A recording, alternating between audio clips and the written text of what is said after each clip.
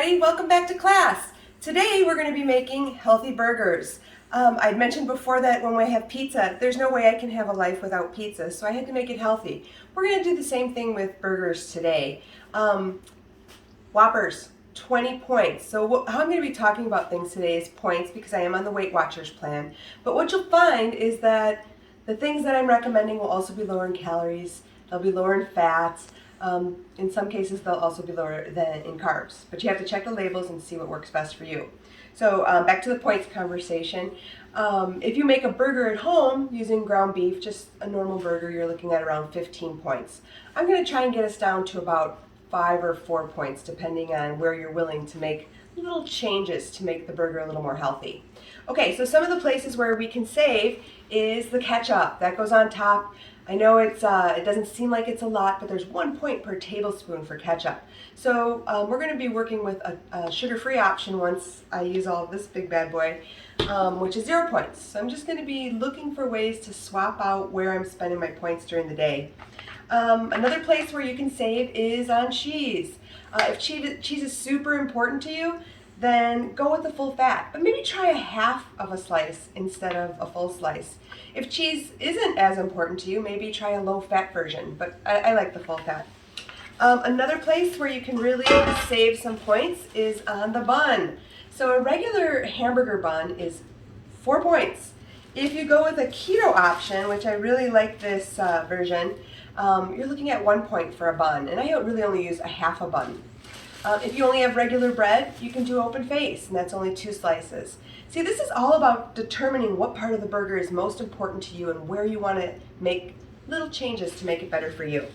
Now, the last place where you can make some changes in the nutritional value of your burger is the meat.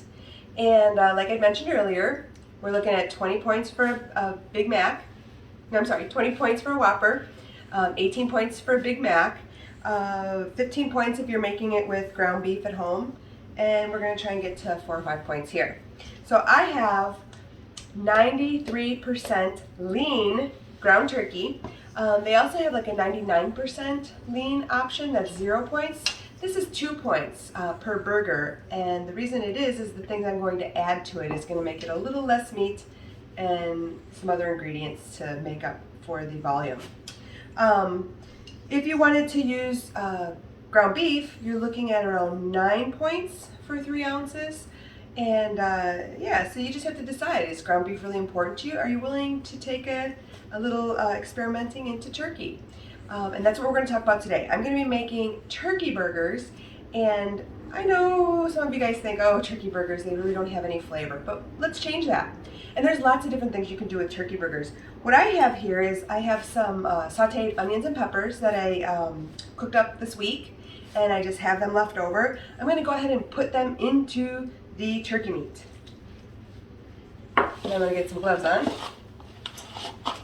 and I'll show you a quick way to make even-sized patties. So we don't want to overwork the meat, we don't want it to get tough, but we want to make sure we incorporate the peppers and onions throughout.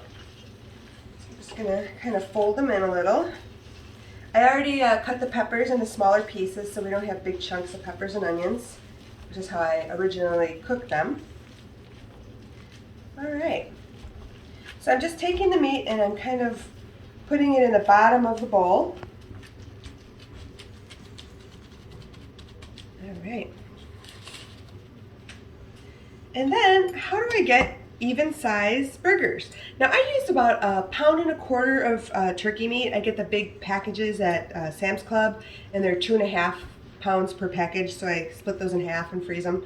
And then I use about, so that's going to be 5 portions of 1/4 pounds of meat, and then I use about 1/4 pound of peppers and onions. You can use mushrooms, you can use eggplant. I've used it all, and it just tastes really good, and it adds lots of flavor to your burger.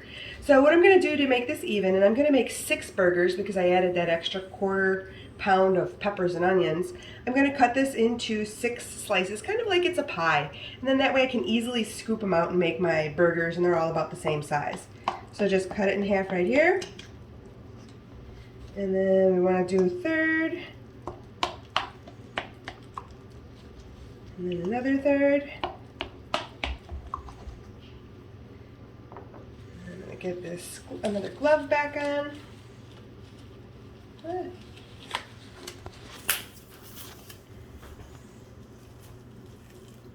And then you just scoop out a little bit, make it into a nice patty.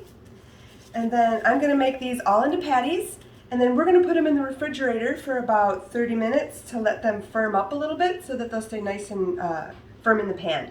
All right, here we go.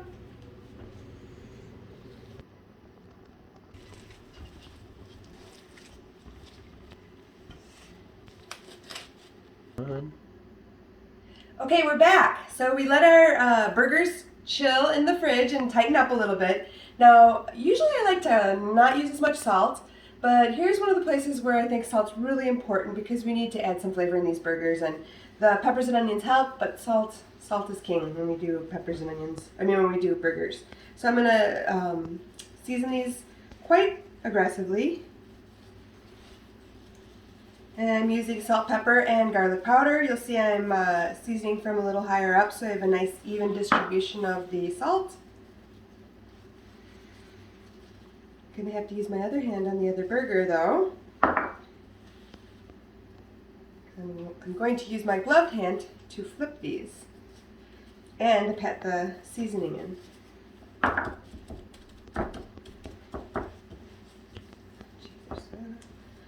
Go. Now I recommend you cook these in a cast iron skillet or in a non-stick saute pan. They're very loose, so they don't hold together. And the other thing you're going to do when you cook these is you're going to, get a nice medium to medium-high heat because you want to have a nice sear on them. And it kind of helps hold that burger together.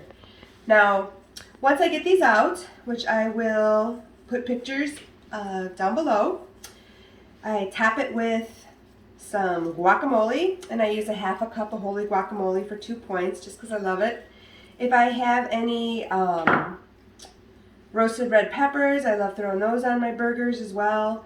I do use a little bit of ketchup and mustard, but really you can put anything you want in. Of course, tomatoes, onions. It makes for a really good burger. But again, don't limit yourself just to peppers and onions. You can put mushrooms in here, eggplant. Really, sky's the limit. You just have to be a little creative about it. Enjoy your burger. Hi everyone. We have our cast iron skillet on the grill and we're cooking our burgers. So as you can see, we're about ready to flip them here. And I'd mentioned before we want to get that nice golden brown on there because that adds to the flavor and it helps hold the burger together. Okay, I'm going to finish these and I'll see you in there in a second. All right, we're back and the burgers are done and they look delicious. Just so you can see here, you can see the nice caramelization that we get. That's what you're looking for when you put them on the grill. You can also see here, this is a half a slice of cheese, so I could save myself a point. This is the slice and a half. Mark was kind enough to eat that second half for me. So you can just kind of see the difference between it. It's plenty for me. I feel very satisfied. So I'm going to go ahead and add my burger. Oop. Upside down. I'm actually not. I'm going to cut this bad boy in half so you can see how it looks on the inside. And then I'm going to eat.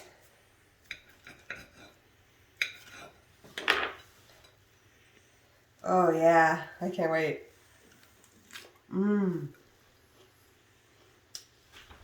So good. So much flavor. So healthy. See you next class.